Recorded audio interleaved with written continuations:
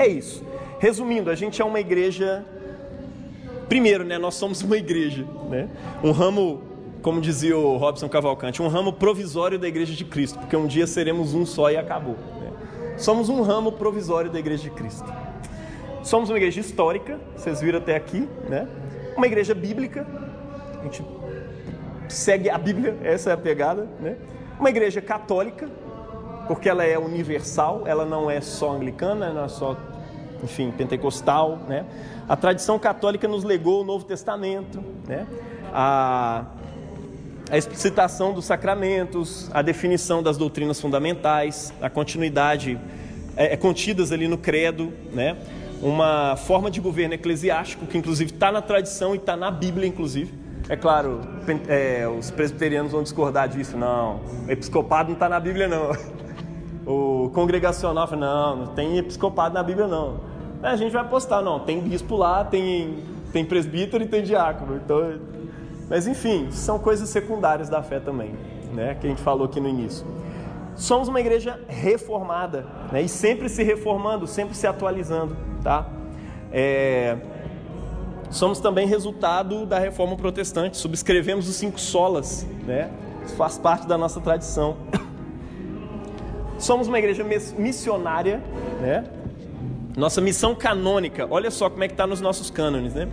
Proclamar, ensinar, integrar, servir, se manifestar profeticamente em defesa da integridade da criação e contra as iniquidades dos sistemas desse mundo.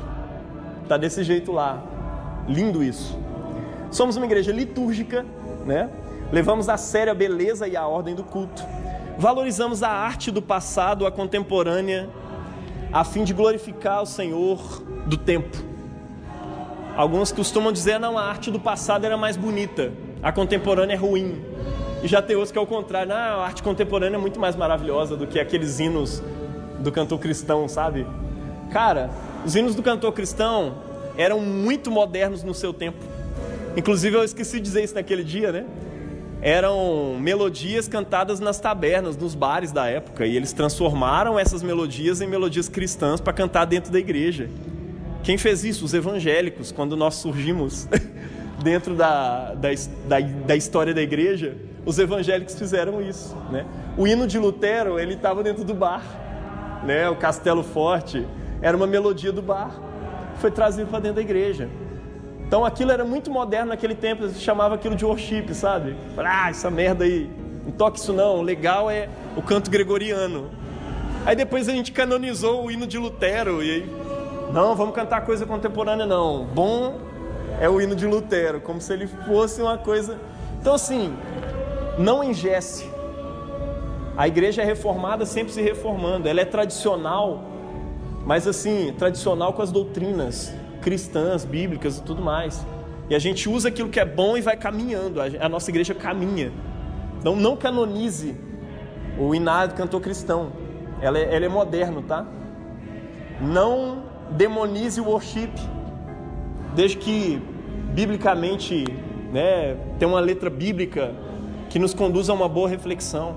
Tem gente que critica, por exemplo, eu adoro a tradição da igreja, eu adoro lectio divina, né, ficar repetindo os textos, repetindo orações e tal. E aí na hora de... Aí ouve lá uma música do Cirilo, repetindo lá 1 hora, a mesma coisa, né, e tal.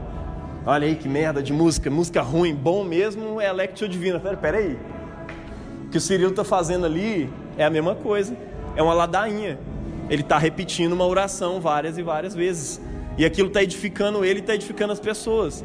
Então, tenha essa crítica. Quando você for criticar o worship, critique por causa de letra, se for o caso, mas não critique por causa do ritmo, não critique por causa de letra.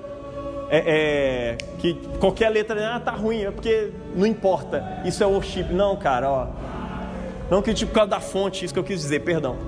Veio da Hillsong, veio da Lagoinha, veio de tal lugar. Cara, não canonize, você não é a melhor expressão da igreja, não. Amém? Tenha uma ortodoxia, uma tradição generosa também. Amém? Nós somos uma igreja carismática, né? Nós cremos na contemporaneidade dos dons, né? Pastor de vocês ora em línguas nas reflexões. Eu estou lá fazendo, estou orando a Deus e tal, de repente começo a orar em línguas. Às vezes eu profetizo. E provavelmente você não vai me ver dizendo, olha gente, ouve aqui, ó, vou profetizar. Eu simplesmente vou falando. Às vezes Deus tem algo para falar com uma pessoa ali no meio, às vezes é para a igreja toda. No meio do sermão a gente está profetizando também. Então, nós cremos na contemporaneidade dos dons. Às vezes Deus dá palavra de conhecimento sobre algo que só aquela pessoa sabe e ela está ouvindo ali naquele momento. E a gente acredita nisso. Dons de cura, né? Dons de operação de milagres, dons de fé, enfim, existe isso tudo na igreja, cara. Somos uma igreja sacramental, né? Nós enxergamos o mundo de uma perspectiva sacramental, como eu disse aqui antes, né? Pois nele Deus se relaciona conosco e de modo especial nos sacramentos do batismo e da Eucaristia e nos ritos sacramentais, né? Casamento, ordenação, confirmação, como vai ser vocês daqui a alguns domingos, né?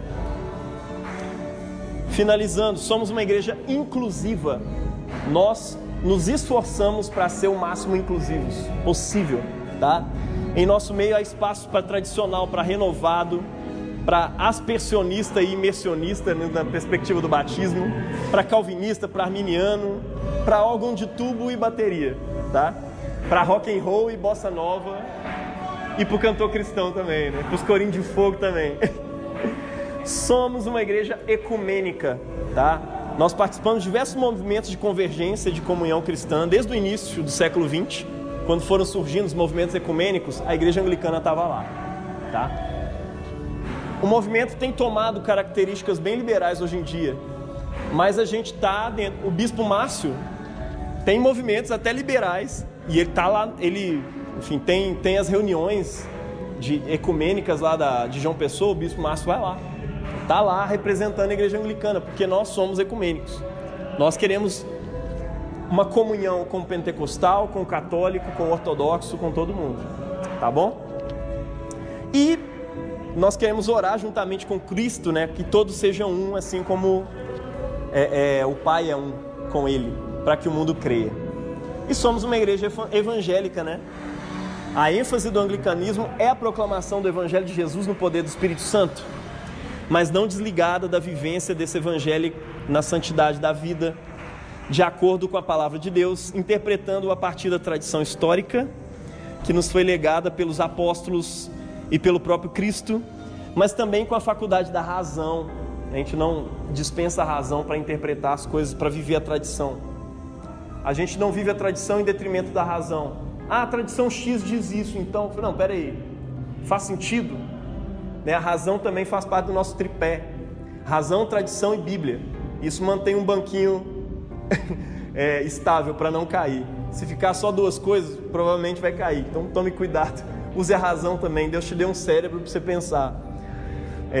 E da qual Deus dotou cada um dos seus filhos ao longo da história. Tá? A estação a gente falou semana passada quem nós somos. Então... concluímos aqui essa parte da identidade, da estética, da história e tudo mais. Semana que vem nós vamos ver os documentos anglicanos, né? Vamos ter uns documentos esparramados aí para vocês conhecerem mesmo como é que funciona e tal. No outro nós vamos ver sobre...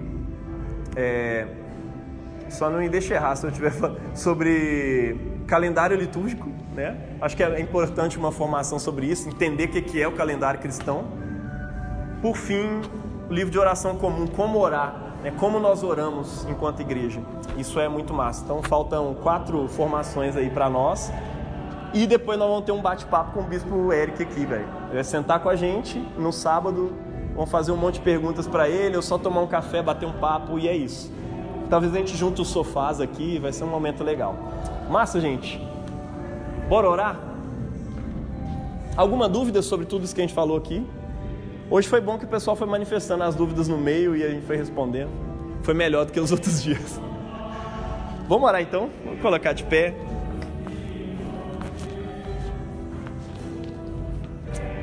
Nosso Pai, muito obrigado por esse momento, por a gente conhecer mais de Ti enquanto a gente reflete sobre a identidade dessa igreja. Que o Senhor nos preserve em Cristo sempre.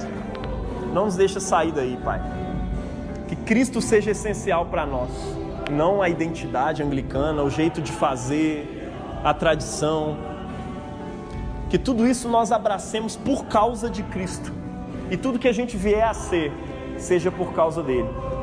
Em nome do teu Filho nós oramos hoje. Leva-nos em paz para nossa casa. E que venha o teu reino, Pai. Que o teu nome seja santificado. Que venha o teu reino e seja feita a tua vontade na terra como no céu. Que o nosso pão de cada dia o Senhor nos dê hoje. Que o Senhor perdoe as nossas ofensas, assim como perdoamos a quem nos tem ofendido. Que o Senhor não nos deixe cair em tentação, mas nos livre do mal. Porque teu é o reino e o poder e a glória para sempre, Pai. Amém. Gente, bora na paz de Cristo.